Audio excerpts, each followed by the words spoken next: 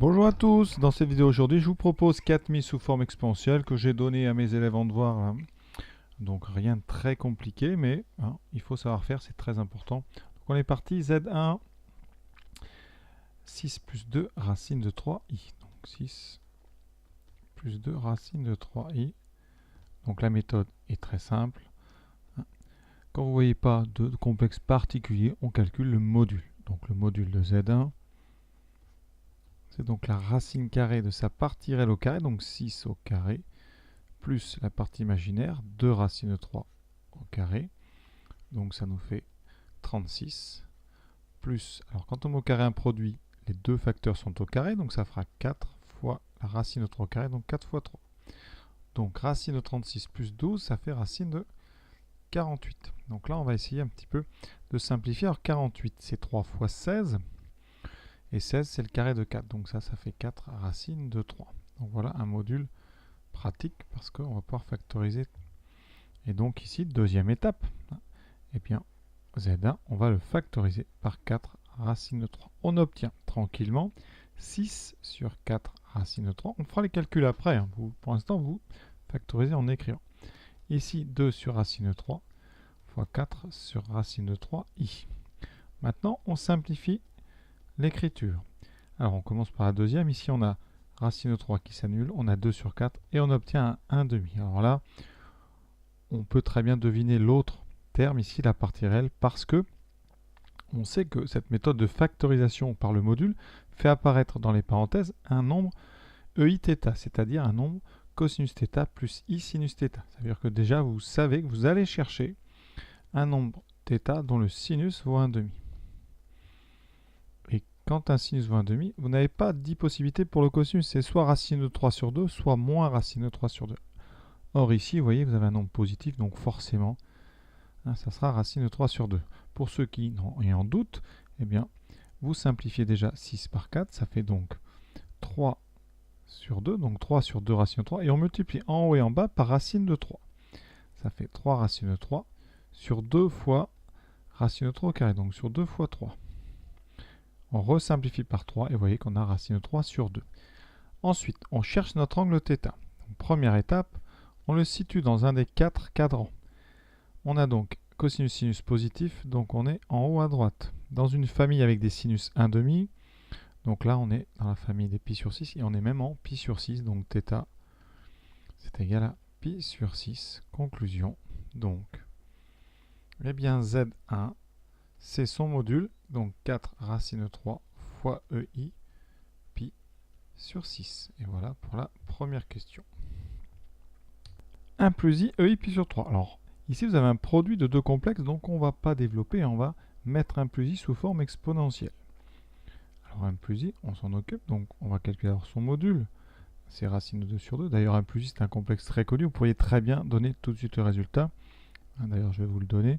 1 plus I, on sait que c'est racine de 2 EI pi sur 4. Pour ceux qui n'y arrivent pas, eh bien, on fait la méthode habituelle. On calcule le module, c'est racine de 2. On factorise ensuite 1 plus I par racine de 2, ce qui fait apparaître 1 sur racine de 2 plus I sur racine de 2. On cherche ensuite un angle θ tel que son cosinus, ça soit 1 sur racine de 2.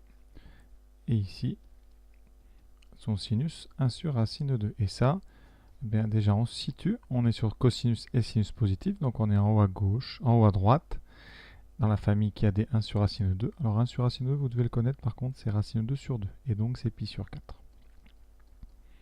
Et voilà pourquoi on peut se permettre tout de suite de mettre 1 plus I sous la forme racine de 2 EI pi sur 4. Ensuite, on revient à Z2. Z2, c'est donc racine de 2 EI pi sur 4 multiplié par EI pi sur 3. Et là, on va utiliser les propriétés des EI.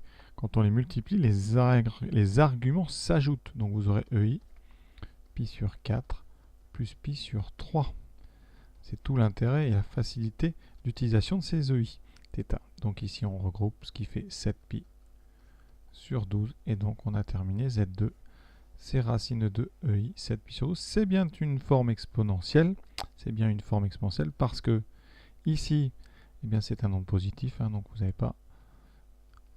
Voilà, je vous rappelle quand même qu'une forme exponentielle, c'est une forme ρ EIθ ou R EIθ si vous préférez les lettres classique, avec ici un coefficient devant qui est le module, donc qui est un nombre positif. Voilà. Et vous devez avoir un angle ici, un réel θ quelconque. Voilà pour Z2. Z3, donc là, alors deux façons de le faire. Soit vous essayez de voir des choses. Effectivement, si on voit bien, en factorisant par 4 racines de 2, on obtient 1 moins i.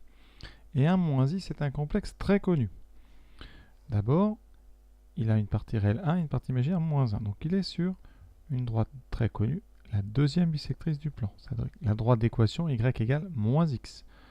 Dans sa partie basse, c'est-à-dire sur la demi-droite partant de l'origine et allant vers le bas. Vous êtes ici.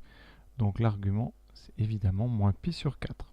Son module, on le calcule de tête, c'est racine de 2. Donc ça veut dire qu'on pourrait très bien répondre tout de suite 4 racine de 2 fois racine de 2 EI moins pi sur 4. Et là, on regroupe ensemble les racines de 2, ce qui donne 8 E moins I pi sur 4. Ça veut dire que ceux qui vont faire l'autre méthode vont trouver un module de 8 et un argument de moins pi sur 4. Donc on va le faire tout de suite. Donc module de Z3, c'est module de 4 racine de 2 moins 4i racine de 2. Alors soit vous factorisez et vous gagnez un petit peu de temps, parce qu'en factorisant, ça fait 4 racine de 2 fois module de 1 moins i. Et donc 4 racine de 2 fois racine de 2, ce qui fait 8. Sinon, eh bien, vous faites le calcul un petit peu maladroitement, mais ça va très bien marcher. Donc 4 racine de 2 au carré, ça fait 16 fois 2. Plus ici, moins 4 racine de 2 au carré. Le moins disparaît, il reste 16 fois 2. Ce qui fait 32 plus 32, racine de 64. Et donc ça fait 8. Dans tous les cas, vous voyez, de toute façon, vous trouvez 8. Ceux qui auront choisi donc cette chose-là, cette méthode-là, vous allez devoir factoriser par 8. Ça donnera donc 8 fois, alors on avait 4 racines de 2 donc sur 8, moins 4i racine de 2 sur 8. On simplifie par 4, il reste racine de 2 sur 2, moins i racine de 2 sur 2. À ce moment-là de la partie, vous cherchez donc ici un réel θ tel que le cosinus de θ, ce soit racine de 2 sur 2, et son sinus moins racine de 2 sur 2. Comme d'habitude, on le repère, cosinus positif, sinus négatif, il est en bas à droite. Dans une famille où on a des racines de 2 sur 2, c'est la famille pi sur 4. Donc on est en bas, c'est donc moins pi sur 4, et on retrouve exactement ce qu'on a fait tout à l'heure en plus rapide. Voilà pour Z3, maintenant on passe au dernier, une puissance. Alors pour mettre une forme exponentielle sur un complexe qui est au cube, ici le mieux c'est de s'occuper de ce qu'il y a à l'intérieur du cube. Donc on va d'abord regarder 2 plus 2i racine de 3 et on va essayer de le mettre sous forme exponentielle. Pourquoi? Parce qu'après on va utiliser tout simplement la formule uiθ puissance 3 est égal à ei 3θ, donc 3iθ.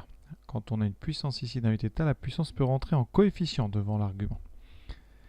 Ici, donc première étape, on va calculer le module. Alors c'est la méthode la plus directe, après je vous montrerai aussi comment on peut faire plus vite. Donc ça va donner racine de 4 plus 4 fois 3, donc racine de 16, ça fait 4.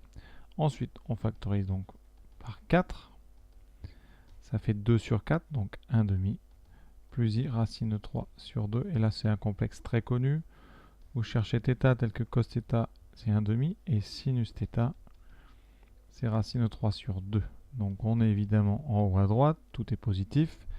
Famille avec des cosinus 1 demi, on est sur ici les pi sur 3. Donc ça, c'est donc pi sur 3 l'argument, enfin un argument c'est pi sur 3 modulo 2 pi, et donc ça fait 4i pi sur 3. Alors, on peut faire autrement. Je vous montre ça quand même pour ceux qui aiment bien les choses un petit peu plus fines. Quand on a 2 plus 2i racine de 3, on peut factoriser par 2, vous faites apparaître 1 plus i racine de 3, et ça on le voit très souvent. On n'est pas loin du demi et racine de 3 sur 2, donc eh bien on va refactoriser une deuxième fois par 2 pour faire apparaître des demi. Et comme ça, une fois que vous avez un demi, à côté vous aurez le deuxième qui va apparaître, racine de 3 sur 2, et ça c'est un complexe connu, hein. C'est donc, on vient de le voir, ei pi sur 3. Voilà, c'est pas un grand gain, mais c'est un petit peu plus fin parce qu'on ne se traîne pas les deux dans les calculs, c'est tout. Vraiment, faites là comme vous voulez. Par contre, on n'oublie pas de finir l'exercice. Ça, c'est à l'intérieur d'un cube. Donc, à l'intérieur, on a 4i pi sur 3 qu'on met au cube. Et donc, ça fait 4i pi sur 3 fois 3. Et pi sur 3 fois 3, ça fait donc pi. il vous reste 4 pi. Voilà la forme exponentielle. Pour ceux qui ont envie d'aller plus loin, mais là on n'est plus dans des formes exponentielles, on remplace, parce que pi ça fait moins 1, donc il reste moins 4. Voilà. Mais la réponse, on vous demande la forme exponentielle, donc la réponse c'est 4 pi. Voilà la forme exponentielle. Ou vous pouvez même répondre sur les 4 pi ou moins pi, puisque pi et moins pi, modulo de pi, c'est la même chose. Voilà, cet exercice est terminé. Rien de bien difficile, mais comme ça on voit si les élèves maîtrisent ou pas les formules sur les EI θ. À bientôt.